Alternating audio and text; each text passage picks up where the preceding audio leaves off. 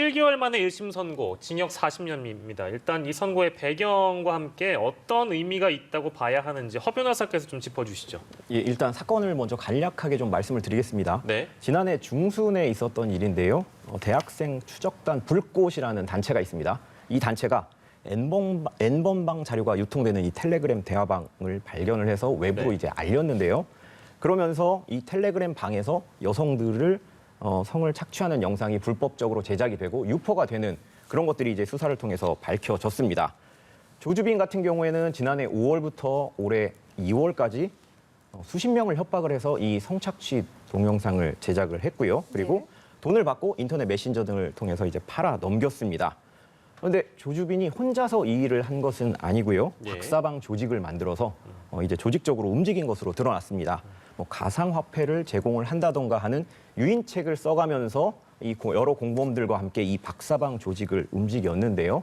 당초에 검찰은 성폭력특별법 위반 등의 혐의로만 이 조주빈과 공범을 기소를 했습니다. 그런데 이 재판 과정에서 예를 들면 이 조주빈이 이 만든 동영상에 이 피해자들은 특정한 뭐 새끼손가락을 들고 사진을 찍는 동영상을 찍는 네네. 그런 행위들을 했거든요. 그 부분에 대해서 조주빈이 브랜드화할 요령으로 만들었다. 예. 이 얘기는 뭐냐면 본인이 이 성착취 동영상을 하나의 사업 아이템으로 써서 계속적인 수익을 얻으려고 했다라는 것이고요. 예. 뭐 이런 여러 가지 정황들이 밝혀지면서 검찰이 이 단순한 이 사건에서 공범들이 함께 조주빈과 공범들이 함께 범죄 단체를 조직을 했다라면서 이제 추가 기소를 했습니다. 예.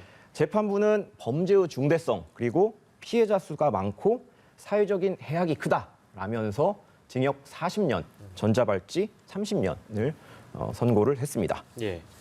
예, 조 씨에게 적용됐던 혐의가 이제 14개고 실제로 여기서 쟁점은 이제 범죄 집단으로 이걸 볼 것인가였는데 그 부분이 이제 재판부가 인정을 한 겁니다. 지금 공범 같은 경우에는 4명에게 각각 징역 7년에서 15년의 중형을 선고했거든요. 이 부분은 좀 어떻게 보셨는지요?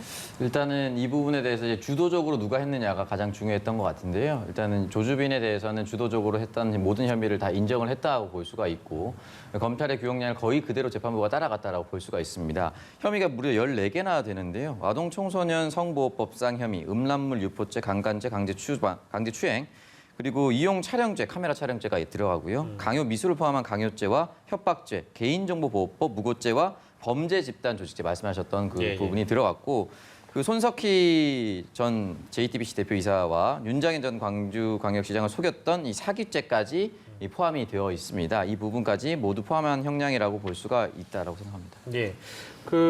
저희가 두 분께 30초씩 드릴 테니까 이 내용에 대한 평가를 좀 해주시면 좋을 것 같습니다. 오늘 선고에 대한 평가를 두 분께 각각 드리겠습니다. 먼저 허 변호사님부터. 일단 성범죄라는 것은 뭐 살인이나 상해와는 조금 다릅니다. 예. 살인이나 상해는 외형적으로 그 피해가 눈에 보이지만 성범죄는 보이지 않더라도 그 인격 자체가 말살되는 것이거든요. 예. 그런데 이 인격 자체가 말살되는 성범죄에 대해서 그동안 지나치게 법원이 가볍게 처벌을 해왔다라는 비판이 많았습니다. 예. 그런데 이번 N번방 사건을 통해서 조주빈이 지금 40년형을 받았습니다. 즉 성범죄 사건을 주도적으로 일으켰을 경우에는 뭐 법정 최고형이 어디까지 갈지는 모르겠지만 40년까지도 받을 수 있다라는 점을 우리 사회에 혹시라도 성범죄에 관심이 있는 분들은 좀 명확하게 알아서 예. 앞으로 이런 성범죄에 나아가지 않도록 하는 그런 역할을 오늘 보여줬다라고 볼 수 있겠습니다. 오창석 평론가께 드리겠습니다.